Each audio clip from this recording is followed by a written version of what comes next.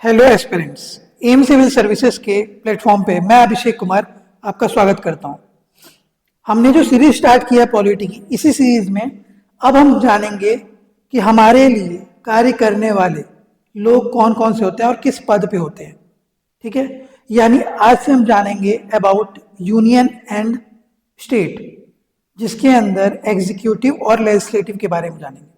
तो आज हम स्टार्ट करने जा रहे हैं द यूनियन पार्ट का, यानी पार्ट 5 ऑफ इंडियन कॉन्स्टिट्यूशन, उसका लेजिस्लेटिव पार्ट और एग्जीक्यूटिव पार्ट। तो आज हम स्टार्ट करेंगे एग्जीक्यूटिव पार्ट से, जिसमें प्रेसिडेंट ऑफ इंडिया के बारे में जानेंगे। पार्ट 5 में एग्जीक्यूटिव्स होते हैं, ठीक है, और लेजिस्लेटिव दोनों पार्ट दिया हुआ है। पार्ट 5 में अभी हम पढ़ना स्टार्ट कर चुके हैं एग्जीक्यूटिव। एग्जीक्यूटिव में भी सबसे पहले एग्जीक्यूटिव है हमारे, यानी कार्यपालिका में प्रेसिडेंट ऑफ इंडिया, यानी राष्ट्रपति भारत के। तो जो भी हम काम कर रहे हैं भारत के राष्ट्रपति के नाम पे ही होता है, इसीलिए सबसे प्रथम व्यक्ति भी बोला जाता है राष्ट्रपति को, द फर्स्ट पर्सन।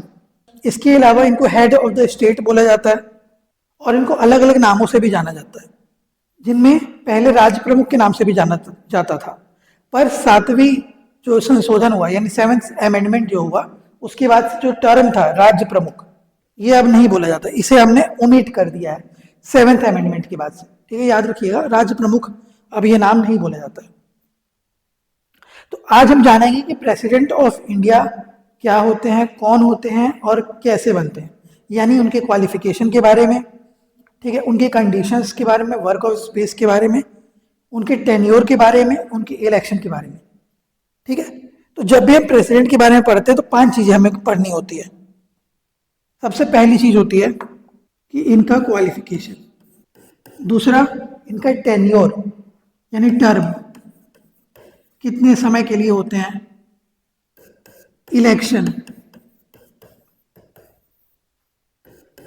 रिमूवल जिसे हम इम्पीचमेंट या महाभियोग कहते हैं, और लास्ट में इनकी पावर। तो जो प्रेसिडेंट ऑफ इंडिया है, आज हम हमारे चैप्टर में क्या क्या रहेगा, क्वालिफिकेशन, टर्म कितने समय के लिए बनते हैं, कैसे बनते हैं, क्या होता है, फिर इलेक्शन और रिमूवल यानी उनको हटाने की प्रक्रिया, जिसे हम इम्पीचमेंट कहते हैं। एक चीज बता दूं मैं आपको कि हालांकि जो हमने ये टर्म इम्पीचमेंट यूज किया है, ये टर्म यूएसए से प्रभावित है, लेकिन यूएसए में क्या होता है कि इम्पीचमेंट सिर्फ और सिर्फ प्रेसिडेंट को नहीं करते हैं, वहाँ पे हाई कोर्ट और सुप्रीम कोर्ट के, मतलब वहाँ पे जो जजेस होते हैं, उनको भी जो रिमूवल प्रोसेस होता है उसे भी हम इम्पीचमेंट कहते हैं। पर इंडिया में इम्पीचमेंट टर्म सिर्फ और सिर्फ एक ही जगह मेंशन है, वो है प्रेसिडेंट के रिमूवल के लिए। हालांकि आगे बताऊंगा कि हम नॉर्मल टर्म्स में जजेस के रिमूवल को भी इम्पीचमेंट बोलते हैं, पर एक्चुअल में ऐसा होता नहीं है। क्यों नहीं होता है, इसका कारण मैं थोड़ी देर में आपको बताऊंगा, जब मैं इम्पीचमेंट ऑफ प्रेसिडेंट यानी राष्ट्रपति का महाभियोग के बारे में बताऊंगा। तो चलिए स्टार्ट करते हैं हम आज के लेक्चर को और डिटेल में समझने में। हमारी जो राष्ट्रपति है अभी करेंटली, वो है महामहिम द्रौपदी मुर्मू जी। ये 15th नंबर के राष्ट्रपति हैं। लेकिन अगर आप इसमें जो कार्यवाहक के तौर पे, यानी कि जो टेम्पररी बेसिस पे या असिस्टेंट के तौर पे जो वर्क करते हैं, जब भी वैकेंसी क्रिएट होती है, आगे बताऊंगा कि जब वैकेंसी क्रिएट होती है तो कौन इनकी जगह पे वर्क करता है। तो ऐसे 3 बार ऐसा काम हो चुका है जब राष्ट्रपति की जगह पे वाइस प्रेसिडेंट ने एज ए कार्यवाहक के तौर पे राष्ट्रपति का पद संभाला था। तो टोटल अगर उनको भी काउंट किया जाए तो अब तक द्रौपदी मुर्मू जी जो हैं वो हमारे 18वीं राष्ट्रपति हैं। ठीक है, सबसे पहले राष्ट्रपति हमारे थे डॉक्टर राजेंद्र प्रसाद, राजेंद्र बाबू। ठीक है, तो ये था लिस्ट, आप एक बार देख लीजिएगा पॉज करके। राजेंद्र प्रसाद से स्टार्ट होते हुए आपको नीचे द्रौपदी मुर्मू जी तक दिखाई देगा। चलिए, इसके बाद क्लास स्टार्ट करने से पहले एक अनाउंसमेंट है आप लोगों के लिए। एम सिविल सर्विसेज में हम आपके लिए लेके आ रहे हैं यूपीएससी, सीजीपीएससी और व्यापम के नए बैचेस। सीजीपीएससी और यूपीएससी सीएससी यानी सिविल सर्विस एग्जामिनेशन की अगर आप तैयारी कर रहे हैं और आपका एम है कि 2026 में या 2027 में पेपर देना है और एज ए सिविल सर्वेंट राज्य की या देश की सेवा करनी है, तो आप हमारे साथ जुड़ सकते हैं। हमारा 13 मंथ का 13 मंथ कोर्स है, यानी इंटीग्रेटेड कोर्स है। इसमें प्रीलिम्स, मेंस और इंटरव्यू तक की तैयारी करवाई जाएगी, दोनों केसेस में, यूपीएससी में भी और सीजीपीएससी में भी। इस पूरे टेन्योर को का स्टार्टिंग हो रहा है 2 अप्रैल से। ये डेट नोट कर लीजिए, 2 अप्रैल से। अब और लोगों के लिए कुछ छूटे भी हैं जो हम नई स्कीम लेके आए हैं। इसमें जो भी पहले 10, चाहे वो CGPSC CSE के लिए एनरोल कर रहे हों या फिर UPSC CSE के लिए एनरोल कर रहे हों, उनके लिए पहले 10 रजिस्ट्रेशन फ्री होंगे। मतलब उन्हें फ्री में हम पूरा साल कोर्स पढ़ाएंगे, पूरा कोर्स कवर किया जाएगा टाइम फ्रेम पे, अपडेटेड मैनुअल्स के साथ, अपडेटेड डिटेल्स के साथ। साथ ही साथ आपको अपडेटेड कोर्स मटेरियल भी मिलेगा, करेंट अफेयर्स की तैयारी होगी, और साथ ही साथ आपको आंसर मतलब मेंस आंसर राइटिंग की भी प्रैक्टिस करवाई जाएगी। तो ये जो पूरा कोर्स होगा ये स्टार्ट हो रहा है 2 अप्रैल से।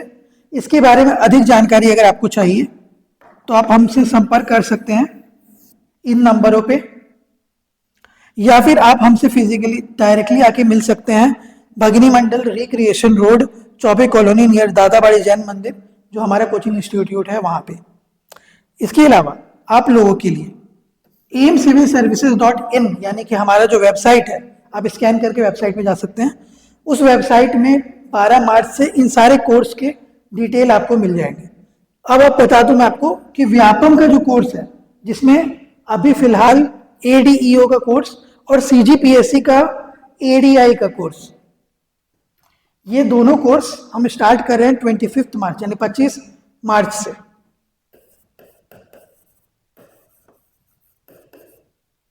इसमें भी सेम स्कीम है। जो लोग पहले 10 रजिस्ट्रेशन करवाएंगे किसी भी कोर्स में, चाहे वो ADI के लिए करे या ADEO के लिए करे, उनके लिए पहले 10 रजिस्ट्रेशन करने वाले लोगों के लिए ये कोर्स पूरी तरह से फ्री होगा, फ्री ऑफ कॉस्ट होगा, 1 रुपये आपसे नहीं लिया जाएगा और आपको पूरा कोर्स कंप्लीट करवाया जाएगा।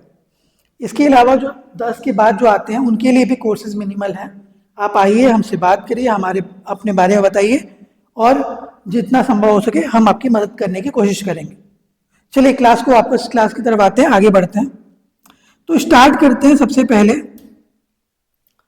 कि प्रेसिडेंट ऑफ इंडिया जो एग्जीक्यूटिव हैं उनके लिए मेंशन प्रोविजंस कौन कौन से हैं। ये आर्टिकल 52 से लेके 78 ये जो है ये शोकेस करता है अबाउट द यूनियन एग्जीक्यूटिव, यानी सेंट्रल एग्जीक्यूटिव, कार्यपालिका, केंद्रीय कार्यपालिका को।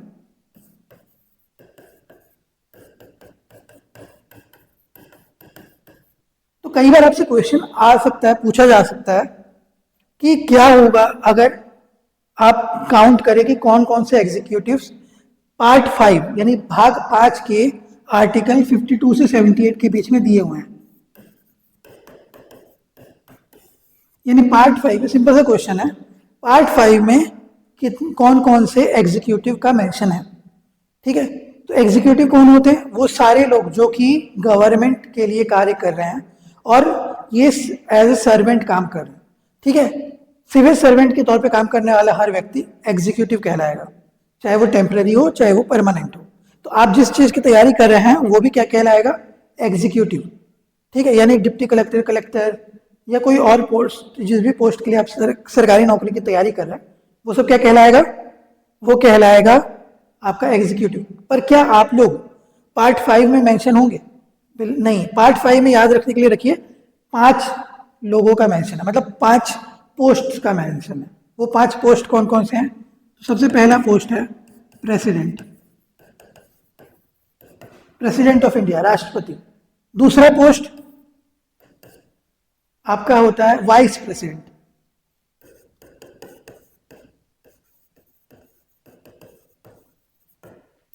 तीसरा पोस्ट, वाइस प्रेसिडेंट के बाद बारी आती है हमारे COM यानी काउंसिल ऑफ मिनिस्टर का। ठीक है, काउंसिल ऑफ मिनिस्टर में कौन होते हैं? सारे लोग, प्लस PM भी बोल सकते हैं, तो इसके लिए नंबर 4 हो जाएगा। लेकिन अगर आपको 5 से याद रखना है तो चौथे नंबर पे आप रखिए PM को, और 5वें नंबर पे रखिए अटॉर्नी जनरल ऑफ इंडिया को। ठीक है, महान्यायवादी, अटॉर्नी जनरल ऑफ इंडिया। ठीक है,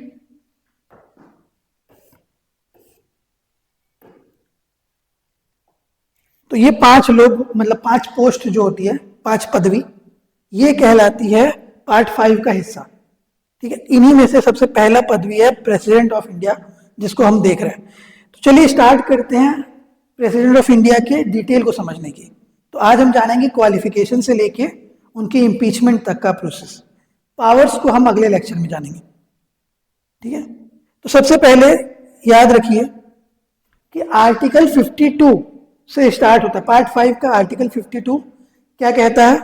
आर्टिकल 52 कहता है, आर्टिकल 52 कहता है there shall be a president of India, यानी कि एक प्रेसिडेंट ऑफ इंडिया का होना कंपलसरी है टू एग्जीक्यूट एनी लॉ, कि कोई भी लॉ, जो कोई भी नियम बनता है वो किसके नाम पे बनता है? प्रेसिडेंट ऑफ इंडिया के नाम पे। उसको एग्जीक्यूट करवाने वाले प्रथम व्यक्ति होते हैं। तो there shall be a president of India, यह सबसे पहला पॉइंट हुआ। दूसरा point executive power of union में आता है कि जो प्रेसिडेंट होते हैं, ठीक है, उनके लिए हेल्प कौन करता है? मतलब सारा जो भी चीजें काम है, जो आपको बताया कि जो भी काम हो रहा है, लॉ बन रहा है या जो भी आपकी स्कीम्स बन रही हैं, सारी चीजें, चाहे वो ट्रीटी हो, एग्रीमेंट हो, ठीक है, कोई लॉ हो, वो सब कैसे बनेगा? आखिरी में प्रेसिडेंट के हस्ताक्षर के बाद ही वो संपन्न होगा, यानी in the name of president, राष्ट्रपति के नाम पे बनता है। तो ये हो गया आपका executive power of union vested in president, ठीक है। अब प्रेसिडेंट के ऊपर जो पावर वेस्ट किया गया है कि सारा काम आपके नाम पे होगा, पर क्या वो सब कुछ खुद ही करेंगे? नहीं, वो कैसे करेंगे? वो डेलीगेट करेंगे पावर, या तो खुद कर सकते हैं या किसी और से करवा सकते हैं। तो डायरेक्टली और थ्रू ऑफिसर सबऑर्डिनेट, जैसे स्टेट में काम करवाना होता है तो गवर्नर होते हैं रेस्पॉन्सिबल, लेकिन वो किसके लिए काम करते हैं? वो करते हैं प्रेसिडेंट ऑफ इंडिया के लिए काम, ठीक है। आप सब जो भी यूपीएससी क्रैक करके एग्जाम देंगे और अगर आईएएस आईपीएस बनते हैं तो आपको हैंड सील सिग्नेचर किसके द्वारा मिलेगा? प्रेसिडेंट ऑफ इंडिया के द्वारा। यानी आप जब as a civil servant join करेंगे तो आपको निकालने वाली अथॉरिटी भी कौन होगी? सिर्फ प्रेसिडेंट ऑफ इंडिया। सस्पेंड कौन कर सकता है? आपको टर्मिनेट कौन कर सकता है? तो टर्मिनेट सिर्फ और सिर्फ प्रेसिडेंट ऑफ इंडिया ही कर सकते हैं। आईएएस आईपीएस आईएफएस जो यूपीएससी के थ्रू एग्जाम क्रैक करके बनते हैं जिस भी पोस्ट पे, ठीक है। दूसरा, तो ये हो गया आपका एग्जीक्यूटिव पावर, राष्ट्रपति के अधीन होगा। इसके अलावा इलेक्शन ऑफ प्रेसिडेंट, ठीक है। अब इसको समझते हैं। इलेक्शन ऑफ प्रेसिडेंट जब देखते हैं तो जो प्रेसिडेंट है उनको कैसे इलेक्ट किया जाता है? बाई एन इलेक्टोरल कॉलेज, ठीक है। एक इलेक्टोरल कॉलेज बनता है। अभी इलेक्टोरल कॉलेज का मतलब क्या है? क्यों नहीं यहाँ पे डायरेक्ट इलेक्शन ही करवा दिया गया? आप और हम क्यों नहीं वोट कर रहे हैं? उसके कारण बताऊंगा। तो इलेक्टोरल कॉलेज वो कॉलेज होता है जिसके अंदर जो भी लोग राष्ट्रपति को इलेक्ट करेंगे वो किसके द्वारा इलेक्टेड है? वो हमारे द्वारा इलेक्टेड है। यानी इस इलेक्टोरल कॉलेज में कौन होगा? एवरी इलेक्टेड पॉलिटिशियन, ठीक है। बेसिकली एमएलएस प्लस एमपीज, लेकिन इसका कंडीशन एक होता है कि वो इलेक्टेड होनी चाहिए, चाहे वो लेजिस्लेटिव असेंबली के इलेक्टेड मेंबर्स हो या फिर पार्लियामेंट के इलेक्टेड मेंबर्स हो, ठीक है। तो एमपीज और एमएलएस इलेक्टेड, ठीक है। लेजिस्लेटिव असेंबली, ये याद रखिए लेजिस्लेटिव असेंबली है, एमएलसी नहीं लिखा है मैंने, एमएलए लिखा है, ठीक है। एमएलसी का यहाँ पे रोल नहीं होता क्योंकि एमएलसी सारे देश में हर राज्य में नहीं होते हैं। तो एमएलएस एंड एमपीज की बात हो रही है, इलेक्टेड एमएलएस एंड एमपीज। ये होते हैं इलेक्टोरल कॉलेज का हिस्सा जो कि इलेक्ट करते हैं किसको? प्रेसिडेंट ऑफ इंडिया को, ठीक है। ये देखिए इलेक्शन ऑफ प्रेसिडेंट क्या लिखा है? Elected by members of an electoral college consisting of elected member of both the houses of parliament and elected member of legislative assembly of the state. तो MLA होंगे, एमएलसी नहीं होंगे, ठीक है। तो एक्सप्लेनेशन है कि स्टेट जो है ना, वो आपका स्टेट कौन सा स्टेट है? जो हमारे जैसे छत्तीसगढ़ हो गया, एमपी हो गया, ये सब, ठीक है। तो अब इलेक्शन का इसका तरीका बताता हूँ कि कैसे इलेक्ट करता है। हर एक एमपी का एक अपना वोट वैल्यू होता है और हर एक एमएलए का अपना एक वोट वैल्यू होता है। तो चलिए जानते हैं कि एमएलए का वोट वैल्यू और एमपी का वोट वैल्यू क्या होता है। तो वैल्यू ऑफ एमएलए, हाँ, तो वैल्यू ऑफ एमएलए क्या होंगे? उस राज्य की टोटल पॉपुलेशन, यानी अगर मान लेते हैं छत्तीसगढ़ को लेते हैं हम लोग, तो छत्तीसगढ़ का एग्जाम्पल लेते हैं। तो एमएलए ऑफ छत्तीसगढ़ इसका वैल्यू क्या हो जाएगा, मान लेते टोटल पॉपुलेशन 1 करोड़ है, divided by total number of हमारा लेजिस्लेटिव असेंबली का सीट्स कितना है 90 इंटू 1/1000, ठीक है। Total population upon total number of MLAs, ठीक है, टोटल एमएलएस कितने 90 इंटू 1/1000, ये है एक वैल्यू। इससे क्या हमको पता चल रहा है, एग्जाम्स में कई बार क्वेश्चन पूछा हुआ है कि क्या सारे एमएलएस का वोट वैल्यू इक्वल होता है, तो इससे दिख जाएगा आपको कि नहीं होता है। एमएलएस का वोट वैल्यू इक्वल नहीं होगा। क्यों नहीं होगा, क्योंकि हर जगह का पॉपुलेशन अलग है, हर जगह की जो कॉन्स्टिट्यूएंसीज है वो अलग अलग है, मतलब टोटल नंबर ऑफ एमएलएस अलग अलग होंगे। अगर छत्तीसगढ़ में 90 है तो एमपी में कुछ और होंगे, सीजी में कुछ भले, महाराष्ट्र में कुछ और है, ठीक है, यूपी में कुछ और है, वहाँ की पॉपुलेशन कुछ और है। तो हर जगह की पॉपुलेशन और वहाँ के सीट्स के ऊपर डिपेंड करता है वहाँ के एमएलए की वोट की शेयर, ठीक है। तो क्वेश्चन पूछा अगर आपसे कि भाई एमएलए का जो वोट होता है क्या वो इक्वल होता है, तो गलत हो जाएगा, ये स्टेटमेंट गलत है। एमएलए का वोट का वैल्यू इक्वल नहीं होता है। अब जानते हैं कि वोट वैल्यू ऑफ एमपीज क्या होता है, ठीक है। तो जब हम बात करते हैं एमपीज की वैल्यू की, तो हर एक एमपी की वैल्यू इक्वल होगी। क्यों, क्योंकि total value of all MLA of all state, मान लेते हैं कि छत्तीसगढ़ का एक एमएलए का वैल्यू होगा 5, ठीक है, छत्तीसगढ़ के बाद महाराष्ट्र में जाते हैं तो वहाँ का 4, ठीक है, फिर यूपी का मान लेते हैं 10। तो इन सबको जब काउंट करेंगे, सबको ऐड कर देंगे, तो total value of all MLA आ जाएगा, और divided by total number of elected MPs. तो इलेक्टेड एमपीज तो सेम ही होंगे ना, दोनों हाउस मिला लिया जाए, तो ये हर एक एमपी का जो वैल्यू होगा वो इक्वल होगा, ठीक है। मान लेते हैं कि 100 आया आपका total value of all MLA of all state divided by elected members, ठीक है। तो नॉमिनेटेड मेंबर कितने होते हैं 12 राज्यसभा में, पहले 2 लोकसभा में होते थे, अब वो हट चुके हैं, ठीक है। तो अब जो वैल्यूज आएगा वो उसके हिसाब से आएगा। तो total number of elected MPs को डिवाइड कर दीजिए, तो आपका वैल्यू ऑफ एमपीज आ जाएगा in the election of president. तो ये था हमारा इलेक्टोरल कॉलेज और हाउ इलेक्शन इज डन। तो इलेक्शन का जो पावर है वो कौन से आर्टिकल में दिया है,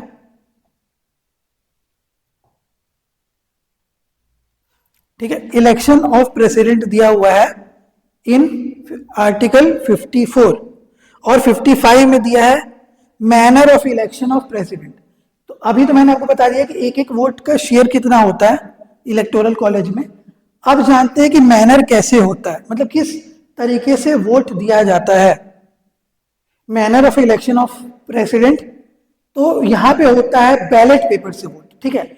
बाकी जगह पे क्या होता है, ईवीएम के थ्रू वोट्स होते हैं, ठीक है। आज आप हम चाहे एमएलए का वोट देखते हो, लेजिस्लेटिव असेंबली का चुनाव हो, या फिर विधानसभा का या लोकसभा का चुनाव हो, ठीक है, तो वहां पे हम क्या देते हैं, ईवीएम का इस्तेमाल होता है।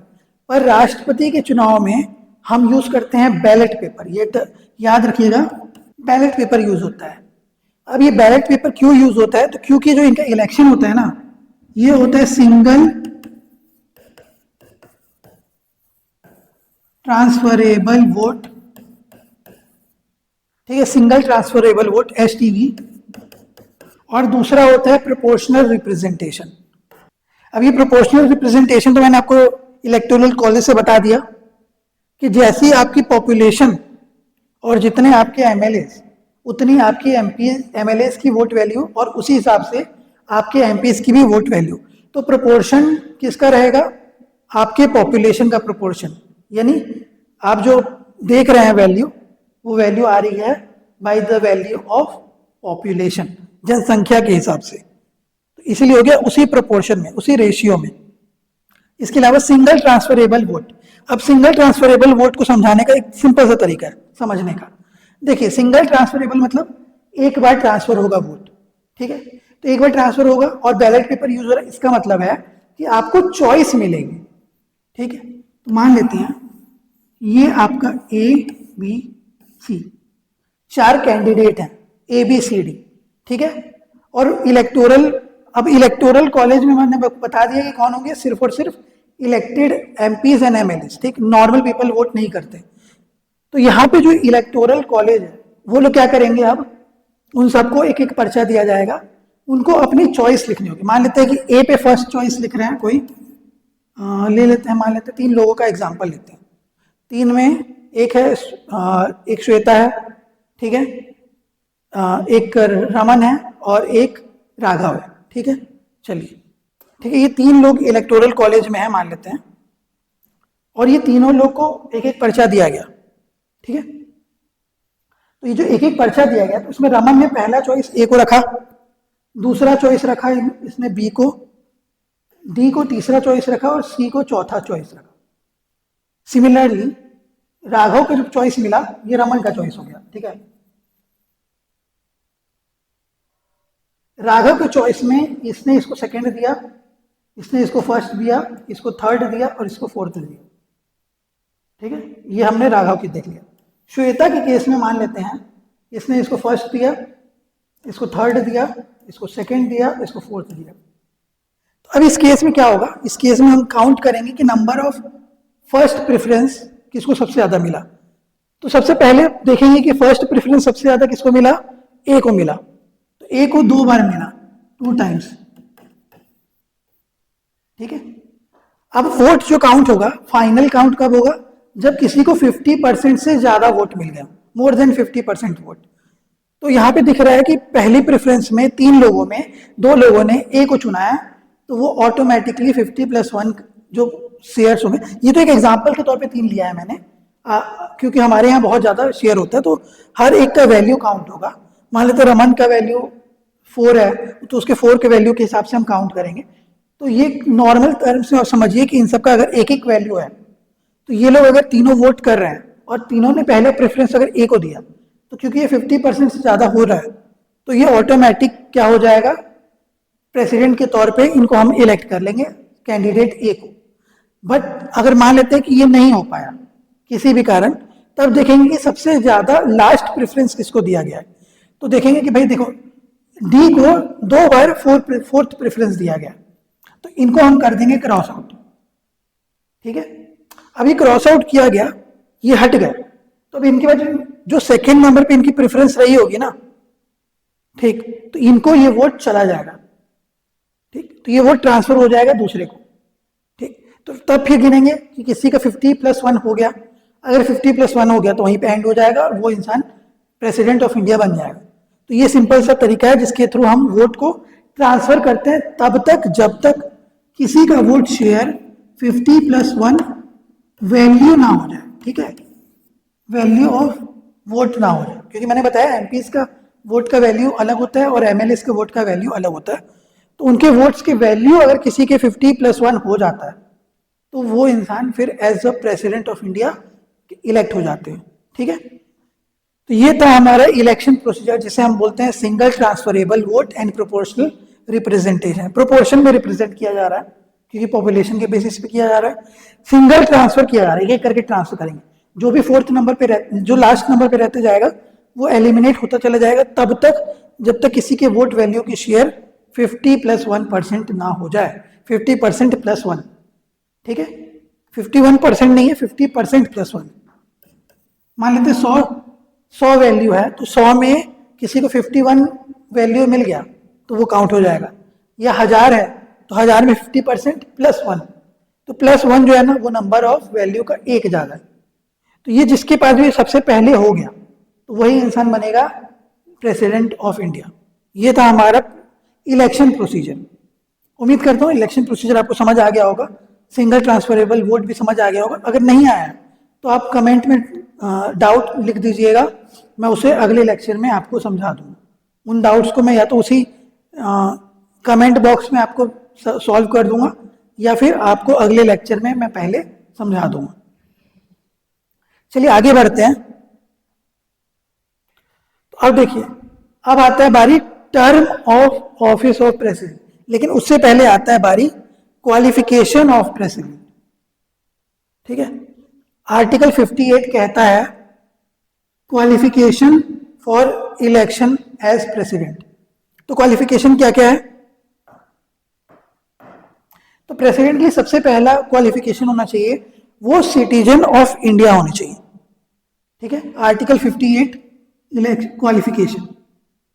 क्वालिफिकेशन में सबसे पहला क्वालिफिकेशन है सिटीजन ऑफ इंडिया। अब यहाँ क्वेश्चन पूछा जाता है कि कंपैरिजन में कि यूएसए में जो सिटीजन लिखा हुआ है और यहाँ जो सिटीजन लिखा हुआ है इसमें डिफरेंस क्या है।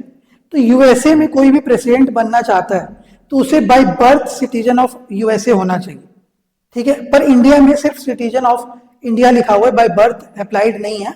वो हर एक प्रोसेस के थ्रू, आप चाहे वो नेचुरलाइजेशन से हो, जब मैंने आपको सिटीजनशिप पढ़ाया था यानी नागरिकता पढ़ाई थी तो मैंने बताया था कि 5 तरीकों से आपको नागरिकता मिलती है। उन 5 तरीकों में से किसी भी तरीके से अगर आपको नागरिकता मिली है, चाहे बाय बर्थ मिली हो, बाय डिसेंट मिली हो, बाय नेचुरलाइजेशन मिली हो, बाय क्वालिफिकेशन मिली हो या बाय एक्विजिशन मिली हो, इन 5 तरीकों में से किसी भी तरीके से अगर आपको नागरिकता मिल गई भारत की तो आप एलिजिबल हो जाएंगे भारत के राष्ट्रपति के लिए नॉमिनेट करने के लिए अपने आप को, ठीक है। पहले मतलब एज अ कैंडिडेट अपने आप को आप नॉमिनेट कर सकते हैं। दूसरा, ठीक है, इसके बाद आता है एज का फैक्टर। तो एज क्या है? 35 ईयर्स ऑफ एज। तीसरा, 35 ईयर्स ऑफ एज के बाद बोलता है कि जो भी कैंडिडेट हैं वो लोकसभा के लिए, ठीक है, एलिजिबल होने चाहिए। मतलब मेंबर ऑफ पार्लियामेंट लोकसभा, यानी 24 ईयर का एज तो है, उसके अलावा क्योंकि वहाँ एज चेंज हो चुका है 35 ईयर से, तो वो अलग कंडीशन यहाँ अप्लाई नहीं होगा। मगर जो क्वालिफिकेशन क्राइटेरिया दिया हुआ है, क्वालिफाइड टू बी एमपी, देखिए यहाँ लिखा होगा क्वालिफिकेशन में citizen of India, 35 years of age और qualified as election of member of house of people यानी लोकसभा, ठीक है, लोकसभा के मेंबर के तौर पे। बस इसमें कंडीशन चेंज होगी, वहां 25 साल होते हैं, यहाँ पे 35 ईयर्स है, ठीक है। इसके अलावा और क्या कंडीशंस है? तो उनके पास ऑफिस ऑफ प्रॉफिट नहीं होना चाहिए। ऑफिस ऑफ प्रॉफिट नहीं। ऑफिस ऑफ प्रॉफिट का क्या मतलब है? ऑफिस ऑफ प्रॉफिट का मतलब है कि ऐसा ऑफिस जहां पे आपको अर्निंग मिल रही हो, ठीक है, यानी जहां से आपको प्रॉफिटेबल शेयर मिल रहा हो और वहां पे आपके लिए टेबल शेयर लगे। बेसिकली आप एज अ रेगुलर ऑफिसर वहां पे वर्क कर रहे हो, जिसके लिए आपको ऑफिस के साथ प्रॉफिट या पैसा मिल रहा हो। पर्क्स, कुछ भी पर्क्स मिल सकता है, सिर्फ पैसे के बेसिस पे नहीं होता, मनी ही नहीं होती है, किसी और तरीके से भी अगर आपको प्रॉफिट मिल रहा है तो उसको भी आप काउंट करेंगे ऑफिस ऑफ प्रॉफिट में। पर इसमें एक कंडीशंस को क्या किया जाता है? एक्सेप्शन माना जाता है। वो एक्सेप्शन क्या है कि अगर आप राष्ट्रपति हैं, वाइस प्रेसिडेंट हैं, या फिर आप काउंसिल ऑफ मिनिस्टर मतलब मिनिस्टर हैं, ठीक है, या प्राइम मिनिस्टर हैं, तो इस केस में, या लेजिस्लेटिव असेंबली में आप मिनिस्टर हैं या एमएलए हैं, ठीक है, तो उस केस में इन सब पोस्ट को हम क्या करते हैं? एक्सेप्शंस मानते हैं। इनको हम ऑफिस ऑफ प्रॉफिट से बाहर रखते हैं। President, vice president, council of minister, minister, चाहे स्टेट का हो, सेंटर का हो, हर ये सारे पोस्ट को हम एक्सेप्शन मानते हैं। इनको ऑफिस ऑफ प्रॉफिट में काउंट नहीं करते हैं। अगर आप वो हैं तो आप एलिजिबल हैं नॉमिनेशन भरने के लिए, ठीक है। अभी मैं ये नहीं बोल रहा हूँ कि आप डायरेक्टली प्रेसिडेंट बन जाएंगे, अब आप अपना कैंडिडेचर भरने के लिए आप क्वालिफाइड है, ठीक है। तो आर्टिकल 58 कहता है इलेक्शन ऑफ प्रेसिडेंट के लिए क्वालिफिकेशन क्या होनी चाहिए, ठीक है। इसी में आपको देखिए एलिजिबिलिटी ऑफ री इलेक्शन भी दिया हुआ है, आर्टिकल 57, यानी एक राष्ट्रपति कई बार राष्ट्रपति बन सकता है। ये चेंजेस अमेरिका में हो चुके हैं। अमेरिका में एक राष्ट्रपति सिर्फ 2 बार ही राष्ट्रपति बन सकता है, ठीक है, यानी वहां जो प्रेसिडेंट बनते हैं वो 2 ही बार प्रेसिडेंट बन सकते हैं पूरी लाइफ टाइम में अपने। पर इंडिया में ऐसा नहीं है। इंडिया में आप मल्टीपल टाइम्स आप क्या बन सकते हैं? प्रेसिडेंट ऑफ इंडिया बन सकते हैं। तो ये था हमारा। अब हाँ, टर्म से बताता हूँ। देखिए, अब टर्म क्या होता है? जब आप क्वालिफिकेशन के लिए जाते हैं तो ये 5 साल के लिए होता है। 5 ईयर टर्म होता है जनरल केस में, 5 ईयर्स तक। लेकिन आप उसके पहले बाय रिजाइनिंग, ठीक है, writing under his hand address, किसको करेंगे? वाइस प्रेसिडेंट को। क्या करेंगे? रिजाइन। आपने रिजाइन कर दिया, वाइस प्रेसिडेंट को लेटर ऑफ रेजिग्नेशन देके, तो भी आप हट सकते हैं अपने टेन्योर से पहले। दूसरा, प्रेसिडेंट को वायलेशन ऑफ द कॉन्स्टिट्यूशन के केस में, यानी जिसे हम कहते हैं इम्पीचमेंट, महाभियोग, जो मैं आगे पढ़ाऊंगा आपको, तो रिमूव किया जाता है। देखिए, ये लिखा भी है इम्पीचमेंट के फॉर्म में। तो उस केस में कौन से मैं अभी आगे बताता हूँ, आर्टिकल 61 में दिया हुआ है अबाउट इम्पीचमेंट प्रोसेस, ठीक है। इम्पीचमेंट के तरीके से अगर आपको हटाया गया है तो, या अगर आप ऑफिस ऑफ जो आपका ऑफिस है प्रेसिडेंट का, उसको आप विथ होल्ड नहीं कर पा रहे हैं, तो तब तक आप कंटिन्यू करेंगे जब तक until successor enter upon his office. ठीक है, ये 5 साल का टर्म बढ़ जाता है जब तक चुनाव के बाद अगला प्रेसिडेंट आपकी जगह पे आके आपके पोस्ट को आपसे लेता नहीं है। ठीक है, तब तक मतलब जब तक आपके सक्सेसर नहीं आते तब तक आप कंटिन्यू कर सकते हैं। चौथा, any resignation address to vice president. इसके अलावा और क्लॉजेस क्या क्या हैं? तो ये तो हो गया आपका इम्पीचमेंट हो गया, रेजिग्नेशन हो गया, एक्सटेंशन ऑफ टेन्योर हो गया कि अपना टेन्योर बढ़ गया। लेकिन इसके अलावा भी और चीजें, जैसे मान लेते हैं कि अगर आपका सुप्रीम कोर्ट ने आपके इलेक्शन को नल एंड वॉइड डिक्लेयर कर दिया, सुप्रीम कोर्ट के पास ही पावर है, इतना याद रखिएगा।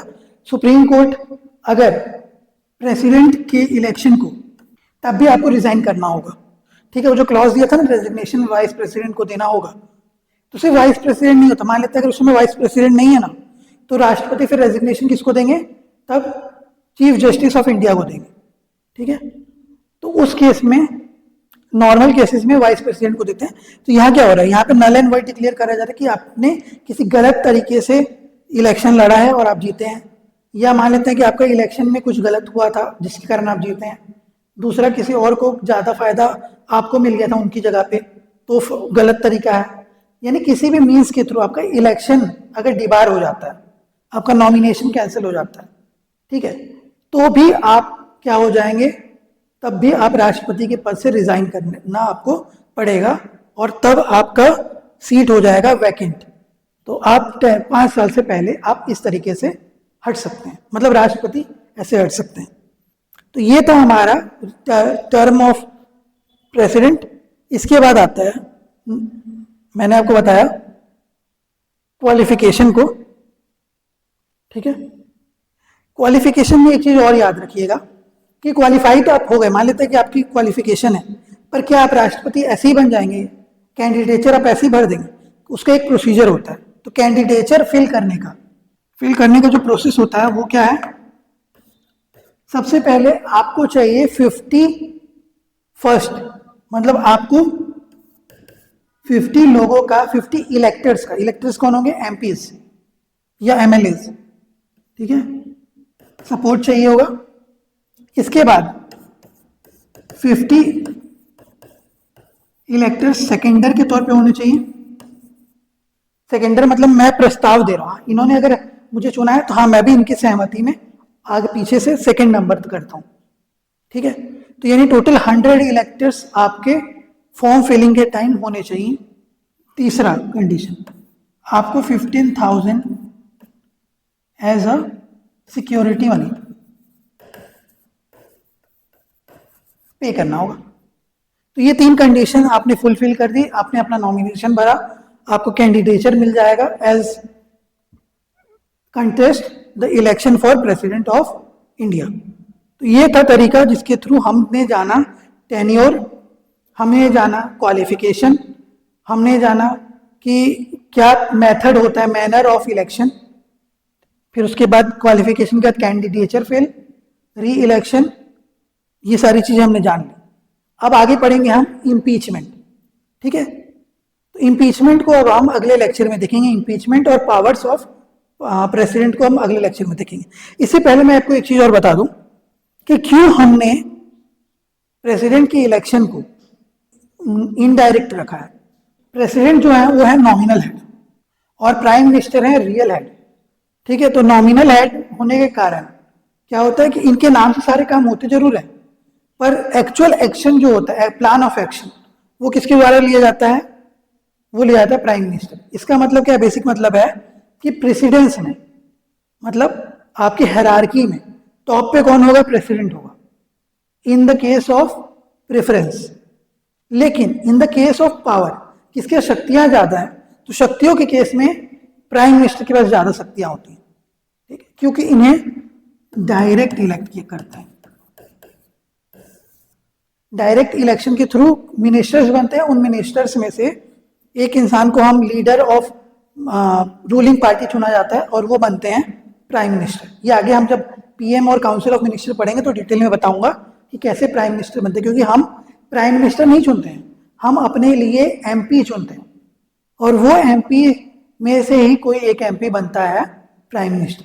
ठीक है, जैसे अमेरिका में क्या होता है कि आप राष्ट्रपति का डायरेक्ट इलेक्शन करते हैं और राष्ट्रपति नॉमिनेशन, जैसे जस्ट कुछ समय पहले आपको देखने को मिला डोनाल्ड ट्रंप अभी राष्ट्रपति बने हैं यूएसए के, तो उनके खिलाफ जो भी कैंडिडेट रहा होगा तो वो लोगों ने डायरेक्ट नॉमिनेशन किया था, डायरेक्ट इलेक्शन कंटेस्ट किया था, डायरेक्ट इलेक्शन किया था। इसीलिए वहां पे क्या होता है, वहां पे डायरेक्टली इलेक्टेड होते हैं, पर यहाँ पे इनडायरेक्ट इलेक्टेड है। ऐसा इसलिए किया गया ताकि कॉन्फ्लिक्ट ऑफ पावर ना हो। कॉन्फ्लिक्ट ऑफ पावर से बचने के लिए हमने ऐसा किया ताकि दोनों को डायरेक्ट इलेक्शन नहीं करवाया गया। एक तो इसमें पैसे भी खर्चे ज़्यादा होते हैं, मनी का स्पेंड ज़्यादा होगा, एक्सपेंडिचर ज़्यादा होगा चुनाव करवाने में, और साथ ही साथ क्या होगा कि फिर पावर का क्लैश होगा, फिर काम कंप्लीट नहीं हो पाएगा। ठीक है, जब हम आगे पढ़ेंगे तो आगे हमको देखने को मिलेगा कि प्रेसिडेंट को ऑलमोस्ट सारे काम अकेले, भले इनके पास पावर दिया हुआ है, सारे काम इन्हीं के नाम पे होते हैं, पर इनका सारा काम क्या होता है, on the aid and advice of council of minister. ठीक है, आगे हम पढ़ेंगे आर्टिकल्स में जब जानेंगे काउंसिल ऑफ मिनिस्टर के एडवाइस पे, जिसमें हेडेड बाई प्राइम मिनिस्टर होते हैं, उनके एड और एडवाइस पे ही कोई काम करते हैं प्रेसिडेंट। प्रेसिडेंट के लिए हालांकि आगे जब पावर्स बताऊंगा तो पावर्स में डिस्क्रिशनरी पावर भी दिया हुआ है। डिस्क्रिशनरी पावर यानी स्वविवेकी शक्तियां, जिसमें खुद अपने विवेक से वो किसी नतीजे पे, किसी निर्णय पे पहुंच सकते हैं, किसी डिसीजन को ले सकते हैं। तो ये था हमारा कारण जिस कारण से हमने रियल और नॉमिनल को अलग रखा है और प्रेसिडेंट को इनडायरेक्ट इलेक्ट करते हैं और प्राइम मिनिस्टर को, यानी कि जो हमारे हाउस ऑफ पीपल में रिप्रेजेंटेटिव्स होते हैं, प्रतिनिधि होते हैं लोकसभा में, उनको हम डायरेक्ट इलेक्ट करते हैं। तो यहाँ पे हम इस लेक्चर को एंड करते हैं। अगले लेक्चर में मैं आपके लिए बताऊंगा इम्पीचमेंट प्रोसेस, आर्टिकल 61 में क्या दिया हुआ है, और साथ ही साथ दूसरा प्रोसेस जिसे हम कहते हैं पावर्स ऑफ प्रेसिडेंट, यानी शक्तियां राष्ट्रपति की, उनको भी डिटेल में समझेंगे। उम्मीद करता हूं आपको ये लेक्चर अच्छा लगा होगा। अगर आपको ये लेक्चर अच्छा लगा है तो प्लीज़ लेक्चर को लाइक करें, चैनल को सब्सक्राइब करें, बेल आइकन दबा दें ताकि आने वाले नोटिफिकेशन आपको मिलते रहें, और इस वीडियो को शेयर करें उन लोगों के साथ जो यूपीएससी, पीएससी या सीजीपीएससी या व्यापम की तैयारी करें, यानी किसी भी गवर्नमेंट एग्जाम्स की तैयारी जहाँ पे पॉलिटी सब्जेक्ट्स का यूज़ होता है और उनके लिए कुछ भी हेल्प हो सकता है तो उन तक पहुँचाने का हेल्प करें। तब तक के लिए अपना ख्याल रखें, पढ़ते रहिए। Thank you and have a nice day.